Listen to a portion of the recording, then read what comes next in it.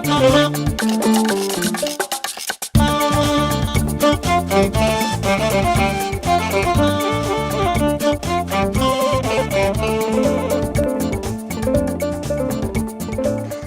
ይስጥልን እንደምን ቆያችሁ ክቡራን ተመልካቾች ከአሚኮ አዲስ አበባ ስቱዲዮ የሰዓቱን ዘገባዎች ይዘን ቀርበናል። አስቀድመን ለመላ እስልምና እምነት ተከታዮች እንኳን ለ1501ኛው የመውሊድ በዓል በሰላም አደረሳችሁ እንላለን።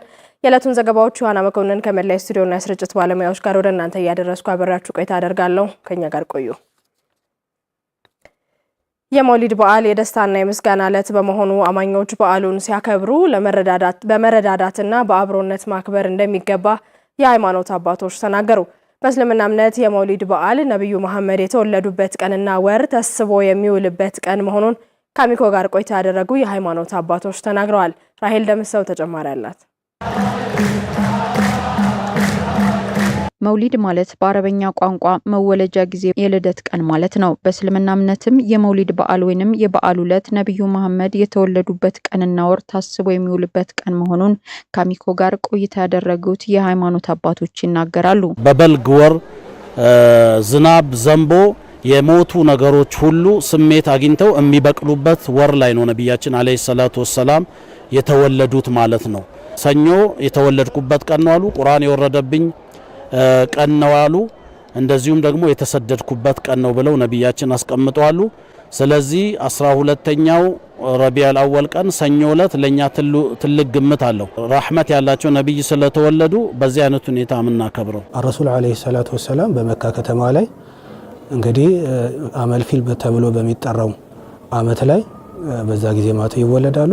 ደግሶ ሰው ሰብስቦ አንድ እሱ ራሱን የቻለ ሥርዓት ነው። ከዛ ባሻገር ደግሞ በተለያየ መንገድ እንግዲህ ማቶ ደስታን መግለጽ ወደ ሐሳብን ሼር ማድረግ ያ ለኔ መውሊድ ነው። የክብረ በዓሉ ሃይማኖታዊ ዳራውም የነብዩ መሐመድን ታሪክ በማንበብ ሰለዋት በማውረድ መንዙማና መስጠትን በማካተት ቀኑ ተከብሮ እንደሚውል የገለጹት አባቶቹ ዕለቱም ለአማኞች ነብዩ መሐመድ ስለተወለዱ የምስጋናና የደስታ ቀናቸው ነው ብለዋል። መውሊዱ ላይ ሰው ይቀርባል። ከቀረበ በኋላ የተወሰኑ እርዶች የሚበሉ ወይም ጣፋጭ ነገሮች ይቀርባሉ፣ እንዲዳረስ ይደረጋል።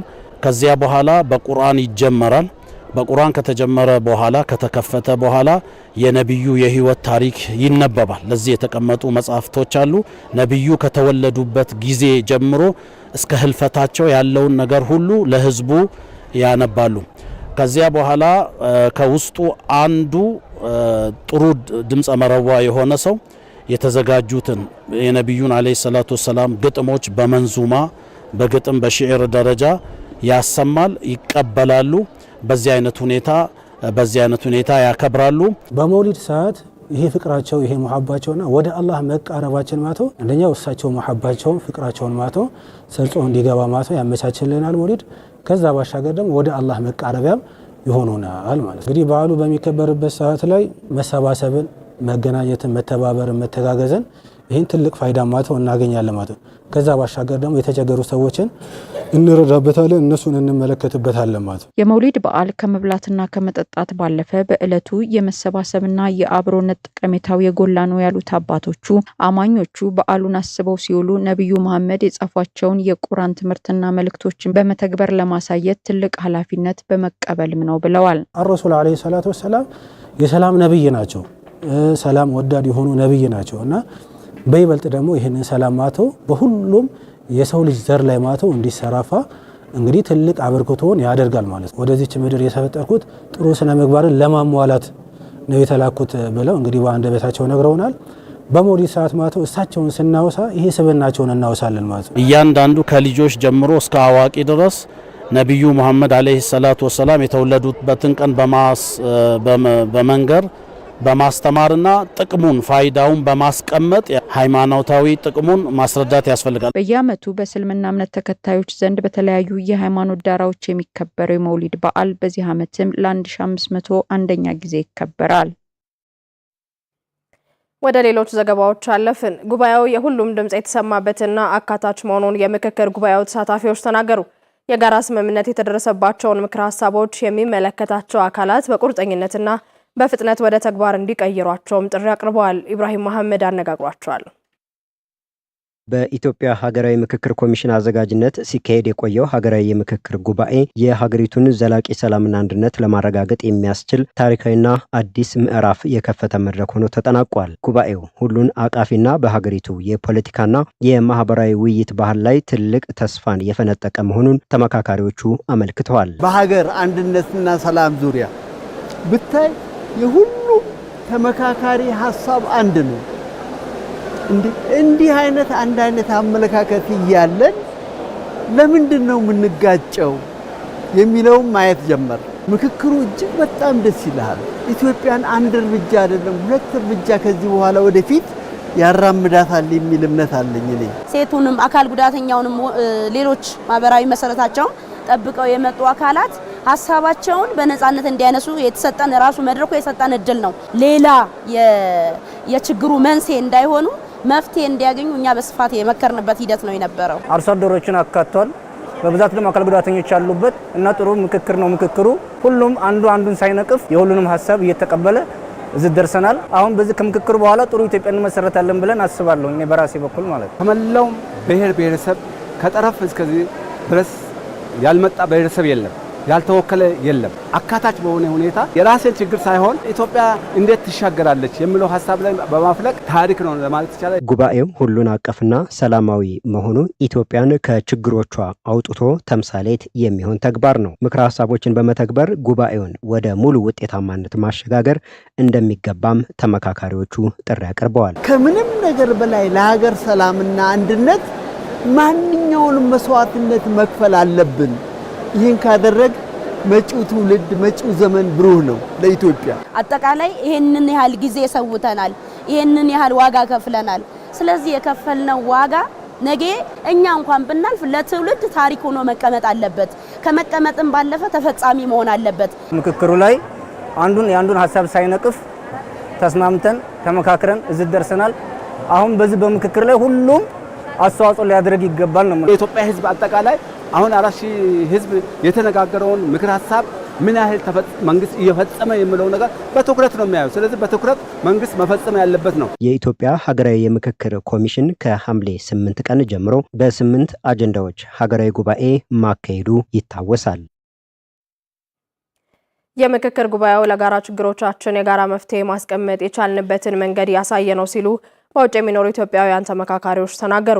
የኛ መመካከር ለሌሎች ሀገራት የተሻለ ተሞክሮ መውሰድ የሚችሉበትን እድል የፈጠረ በመሆኑ ኢትዮጵያ በተምሳሌትነት እንድትጠቀስ የሚያደርግ ነውም ብለዋል። ኤልሳ ጎሽ ተጨማሪውን ይዛለች። 4000 የተለያዩ የማህበረሰብ ክፍሎችን የወከሉ ኢትዮጵያውያን ተመካካሪዎች በአንድ ላይ አሰባስበው ለ38 ቀናት የተካሄደው የሀገራዊ ምክክር ጉባኤ መጠናቀቁ ይታወሳል። በ8 አጀንዳዎች ላይ ሲመክሩ የቆዩት ተመካካሪዎችም መሰረታዊ በሆኑ ሀገራዊ ጉዳይ ላይ በመከባበርና በመደማመጥ የተመካከሩባቸው ምክረ ሀሳቦች ለኮሚሽኑ አስረክበዋል። ከአሚኮኛ ጉዳይ ፕሮግራም ጋር ቆይታ ያደረጉ በሂደቱ ተመካካሪ የነበሩ በውጭ የሚኖሩ ኢትዮጵያውያንም ምክክሩ በሀገራችን ጉዳይ ላይ ተነጋግረን እንድንወስን እድል የሰጠ ነው ይላሉ። ከአርሶ አደሩ ከገበሬው ማህበረሰብ ከተለያየ ቦታ የመጡት ጋር ያለው እምቅ ሀብት የሚናገሩት ዕውቀት የሚያስታርቅ ሀሳብ እነሱ ጋር ያለው ምንም አንዳች የሚጣል አይደለምና ይበልጥ እነሱን ሞር መስማት ምን ያህለኛ ጠቀሜታ እንዳለው ተረድቻለሁኝና በአንድነት በጋራ ጨምቀን ወደዚህ ደረጃ ደርሰናልና ትውውቅ ነበረ፣ መተሳሰብ። ከዚህ በኋላ በቀጣይነት እንዴት እንተጋገዝ፣ እንዴት ለሰላም አስተዋጽኦ እናድርግ፣ ድንጋይ ከማቀበል ይልቅ ሀሳብን እንዴት እናቀብል የሚለውን በጋራ የተወያየንበት ጥሩ መድረክ እድል ሰጥቶኛል። መነጋገርን መጀመር ራሱ አንድ ምዕራፍን መጀመር ነው። ህዝባችን በዚህ በምክክር ኮሚሽኑ ያየሁት ነገር ምንድነው? በእውነት ህዝባችን አሁንም ትክክለኛ ኢትዮጵያዊ ነው። ትንሽ ኮንፊውዝ ያደረገኝ የነበረው ምንድነው ህዝቡ ምን ሆነ ነበረ። እዚህ መጥቼ ያየሁት ግን ሚዲያ ላይ የሚያወሩ ፖለቲከኞች ናቸው እንጂ ህዝባችንን እንትን እያሉ ያሉት ህዝቡ አሁንም ህዝብ ነው። ያየነው እሱ ነው። ለሚቀጥለው ትውልድ መሰረት እንድንገነባ አድርጎናልና እንደዚህ አይነት ውይይቶች ከሰው በማዳመጣችን ደስተኞች ነን። ዕውቀት ብቻ ለማካፈልም አይደለ፣ ለመማርም ተዘጋጅተንም ተምረናልም። ሀገራዊ ምክክር ሂደቱ ኢትዮጵያ የገጠማትን ውስብስብ ፖለቲካዊና ማህበራዊ ልዩነቶች በምክክርና በሰላማዊ መንገድ ለመፍታት የተከፈተ ታሪካዊ ሂደት መሆኑን አስገንዝበዋል። ለምሳሌ በአድዋ ድል ጊዜ ሁሉም የኢትዮጵያዊነት ወኔ ስሜት ስለነበራቸው ነው ጣሊያንን ለመመከት የቻልነውና እንደዛም አሁን ታሪክ መስራት የምንችለው ያንን ታሪክ መድገም የምንችለው በአንድነት ስንሆን ነው። ለምሳሌ እኔ የራሴን ነገር ነው ብዬ የሚይዝ አይነት ከሆነ ነገሮችን ማሳካት አልችልም።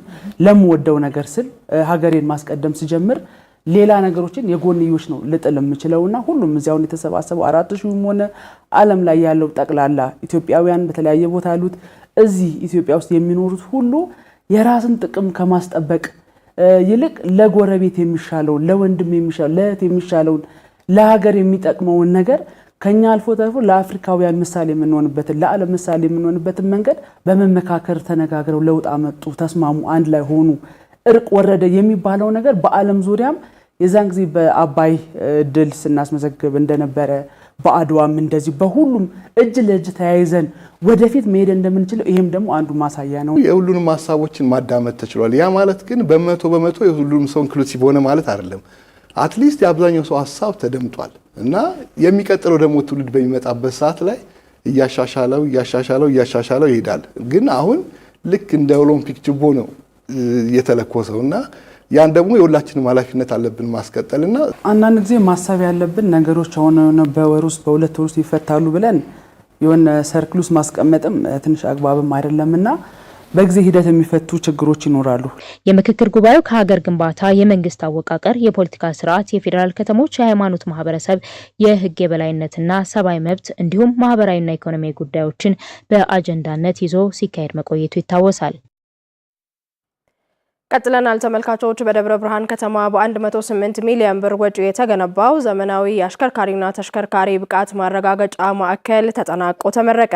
ማዕከሉ የአገልግሎት ፍጥነትን በማሳደግ የትራፊክ አደጋዎችን ለመቀነስና የዞኑን ማህበራዊና ኢኮኖሚያዊ እንቅስቃሴ ለማፋጠን ከፍተኛ አቅም ይፈጥራል ተብሏል። ስንታየው ኃይሉ ማዕከሉ የትራንስፖርት ዘርፉን ለማዘመንና የተበታተኑ አሰራሮችን ወደ አንድ ማዕከል በማድረግ ቀልጣፋ አሰራርን ለመዘርጋት የተሰሩ ስራዎችም አንዱ ማሳያ መሆኑን የአማራ ክልል መንገድ ትራንስፖርት ሎጂስቲክስ ቢሮ ኃላፊ ዶክተር ጋሹ አወቀ ተናግረዋል። ቀደም ሲል የንድፈ ሀሳብ ማሰልጠኛዎቻችን ሌላ ቦታ፣ የተግባር ማሰልጠኛዎቻችን ሌላ ቦታ ሲሆኑ ወጪ ቆጣቢ ማለት ይሄ የትራፊክ ኮምፕሌክስ ወይም የአሽከርካሪና ተሽከርካሪ የብቃት ማረጋገጫ ማዕከል በተለይ የትራንስፖርት ዘርፉን ከአሽከርካሪና ከተሽከርካሪ ጋር በተያያዘ ለማዘመን እና አገልግሎት አሰጣጡን ቀልጣፋና ውጤታማ ለማድረግ ትልቅ ተቋም ነው። የትራፊክ ደህንነትንም በማረጋገጥ ከፍተኛ ጠቀሜታ ከግንባታው ጀምሮ እስከ መጨረሻው አሁን አገልግሎት እስከሚሰጥበት ጊዜ ድረስ በሁሉም መንገድ የተሟላ በማድረግ ኦልሞስት ከ108 ሚሊዮን ብር በላይ ወጪ ተደርጎበታል ማለት ነው። ከአደጋ በፊት ቅድመ መከላከል ላይ ያተኮረ የትራፊክና የመንገድ ቁጥጥር ስራ በዘመናዊ መንገድ መመራት እንዳለበት ያነሱት የሰሜን ሸዋ ዞን ዋና አስተዳዳሪ አቶ መካሻ አለማየሁ በሸዋ ቀጠና የፌዴራል መንገድ ፕሮጀክቶችን ከመስጠት አንጻር ጥሩ ሁኔታ ላይ እንዳለ ጠቅሰው ተጀምረው ያልተጠናቀቁ መንገዶችም ለትራፊክ አደጋ ያጋልጣሉና ትኩረት ሊሰጣቸው እንደሚገባም ተናግረዋል። የአሽከርካሪ ተሽከርካሪ ብቃት ማረጋገጥ ማለት የሰውን ህይወት ደህንነት ማረጋገጥ ማለት ነው። ችግር ከተከሰተ በኋላ ማዘን ሳይሆን ችግር እንዳይከሰት የተሽከርካሪ ብቃት ቁጥጥሩንም አሁን በጀመራችሁት መንገድ አዘምናችሁ ማስቀጠል ያስፈልጋል። በተለይ ደግሞ የአሽከርካሪዎችን ብቃት በማሳደግ ረገድ የተጀመረውን የዘመናዊ ቴክኖሎጂ ትግበራ የበለጠ አጠናክራችሁ መቀጠል አለባችሁ ማለት። በሸዋ ምድር ያሉ መንገዶችን ዘርዝሮ ምክንያታቸው ምንድነው ብሎ አጥንቶ በፍጥነት ስራ እንዲሰራ የክልሉ መንግስት የጀመረውን ጥረት አጠናክሮ እንዲቀጥልልን እንፈልጋለን ማለት ነው። ዘመናዊና ቀልጣፋ አገልግሎት መስጠት በመቻሉ የተገልጋዮችን እርካታ መጨመር መቻሉን ያነሱት ደግሞ የሰሜን ሸዋ ዞን መንገድ ትራንስፖርትና ሎጂስቲክስ መምሪያ ኃላፊ ደጀኔ በቀለ ናቸው። አጠቃላይ አገልግሎታችን ምን ይመስላሉ የሚለውን የውስጥና የውጪ የትራንስፖርት አገልግሎት ኢንስፔክሽን ስራዎችን በማጠናከር አጠቃላይ ስራዎቻችንን ለማስተካከል ጥረት እያደረግን እንገኛለን። የተገልጋይ ቅሬታ ቀንሷል። የተቋም አፈጻጸም እየተሻሻለ ነው። የአገልግሎት ጥራታችን እየተሻሻለ ነው። የአገልግሎት ጊዜንም ቀንሰናል። የደህንነት ስራዎችም እየተጠናከሩ እንደመጡ መረጃዎቻችን ያሳያሉ ማለት ነው። በደብረ ብርሃን ከተማ የንግድና ኢንዱስትሪ እንቅስቃሴን ለማጠናከር የሚያስችል ከ275 ሚሊዮን ብር በላይ በሆነ ወጪ የሚገነባ የደረቅ ጭነት ተርሚናል ግንባታ በይፋ ተጀመረ። በ1.6 ሄክታር ላይ ያረፈውና በክልሉ የመጀመሪያ የሆነው ይህ ፕሮጀክት ሲጠናቀቅ በቀን እስከ 1000 ተሽከርካሪዎችን የማስተናገድ አቅም ይኖረዋል ተብሏል። በላይ ተስፋዬ ተጨማሪውን ይዟል። በደብረ ብርሃን ከተማ የደረቅ ጭነት ተርሚናል ግንባታ የክልልና የዞን የስራ ኃላፊዎች በተገኙበት ተጀምሯል። በፕሮግራሙ ላይ የተገኙት የአማራ ክልል መንገድ ትራንስፖርትና ሎጂስቲክስ ቢሮ ኃላፊ ዶክተር ጋሻው አወቀ በአካባቢው የሚገኘውን እምቅ አቅም በአግባቡ ለመጠቀም ያለመ እንደሆነ ገልጸዋል። ደብረ ብርሃን የኢንቨስትመንት የኢንዱስትሪ መዳረሻ ከተማ ስለሆነች በግብርናው ዘርፍ የሰሜን ሸዋ ዞንም እምቅ አቅም ያለው ዞን ከመሆኑ ጋር ተያይዞ የሎጂስቲክ እንቅስቃሴውን በዘርፋችን የበለጠ ማጠናከር እና አቅዶ መስራት አስፈላጊ ሆኖ በመገኘቱ ምክንያት በክልላችን የመጀመሪያ በአይነቱም በይዘቱም በፋይዳውም የመጀመሪያ የሆነውን ፕሮጀክት ከ275 ሚሊዮን ብር በላይ ወጪ ወጥቶበት እንዲገነባና ለአገልግሎት ጥቅም ላይ እንዲውል አቅደን አልመን ነው ወደ ስራ ለመግባት እዚህ ደረጃ የደረስነው። የተርሚናሉ መገንባት የአካባቢውን የንግድ እንቅስቃሴ የሚያሳልጥ ነው ያሉት ደግሞ የደብረ ብርሃን ከተማ አስተዳደር ተቀዳሚ ምክትል ከንቲባ በድሉ ብሸት ናቸው። ከአካባቢው ጋር በጣም ትልቅ ትስስር አለው። እንደምታውቁት ደብረ ብርሃን የኢንዱስትሪ ከተማ ነው። የአካባቢው የንግድ እንቅስቃሴን የቢዝነስ ትራንዛክሽኑ በእጅጉ የሚያሳድግ ፕሮጀክት ነው። ለአካባቢው ማህበረሰብ ለወጣቶች የስራ ዕድል በመፍጠር በኩል ትልቅ አስተዋጽኦ ይኖረዋል። እንደምታውቁት ደረቅ ወደብ ከሚገነባባቸው አካባቢ በመዋቅራዊ ፕላናችንም ከተቀመጡት አካባቢ ነው። አንዱ የሎጂስቲክና የትራንስፖርት ዘርፉ መዘመን ማደግ ያለበት ከተማ ነው። ይሄ ፕሮጀክት በትልቁ ይሄንን ችግር ይፈታል ብለን ነው የምናስበው። የአካባቢው የንግድ እንቅስቃሴን የቢዝነስ ትራንዛክሽኑ በእጅጉ የሚያሳድግ ፕሮጀክት ነው። ለአካባቢው ማህበረሰብ ለወጣቶች የስራ ዕድል በመፍጠር በኩል ትልቅ አስተዋጽኦ ይኖረዋል። ለግንባታ ስራው መጠናቀቅ የድርሻችንን እንወጣለን ያሉት የከተማ አስተዳደሩ ትራንስፖርትና ሎጂስቲክስ መምሪያ ኃላፊ ዘሪሁን በለጠ ናቸው። ለብዙ ጊዜ በጉጉት ሲጠበቅ የነበረ ፕሮጀክት ነው። ፕሮጀክቱን ለመጀመር በርካታ ውጣ ውረዶች አሳልፈናል። ግንባታው እንግዲህ በተያዘለት ጊዜ ለማጠናቀቅ ሁላችንም በየደረጃው የሚጠበቅብን ኃላፊነት እንዳለ ይታወቃል። የደብረ ብርሃን ከተማ አስተዳደር ትራንስፖርትና ሎጂስቲክስ መምሪያ ደግሞ የሚጠበቅበትን ኃላፊነት ከማህበረሰቡ ጋር በጋራ መሆን የሚወጣ መሆኑን እያረጋገጥኩኝ በዚህም የአማራ ብሔራዊ ክልላዊ መንግስት መንገድ ትራንስፖርትና ሎጂስቲክስ ቢሮ በዚህ በጀት ዓመት ይህንን ግንባታ እገነባለሁ በሚል በወሰነልን ውሳኔ መሰረት እኛ በጣም ደስ ብሎናል። እንኳን ደስ አላችሁ እናንተም። ከጭነት ተሽከርካሪዎች ጋር በተያያዘ ቀልጣፋ አገልግሎት ለመስጠት እንደሚያስችል እቅድ የተያዘለት ይህ ተርሚናል በቀን ውስጥ 1000 ተሽከርካሪዎችንም ያስተናግዳል ተብሎ ይጠበቃል። ክቡራን ተመልካቾች ከአሚኮ አዲስ አበባ ስቱዲዮ ወደ እናንተ ሲደርሱ የነበሩ የዕለቱ ዘገባዎቻችን በተከታተላችኋቸው መልኩ ተጠናቀዋል። አብራችሁን ስለቆያችሁ ምስጋናችን በያላችሁበት ይድረስ። ጤና ይስጥልን።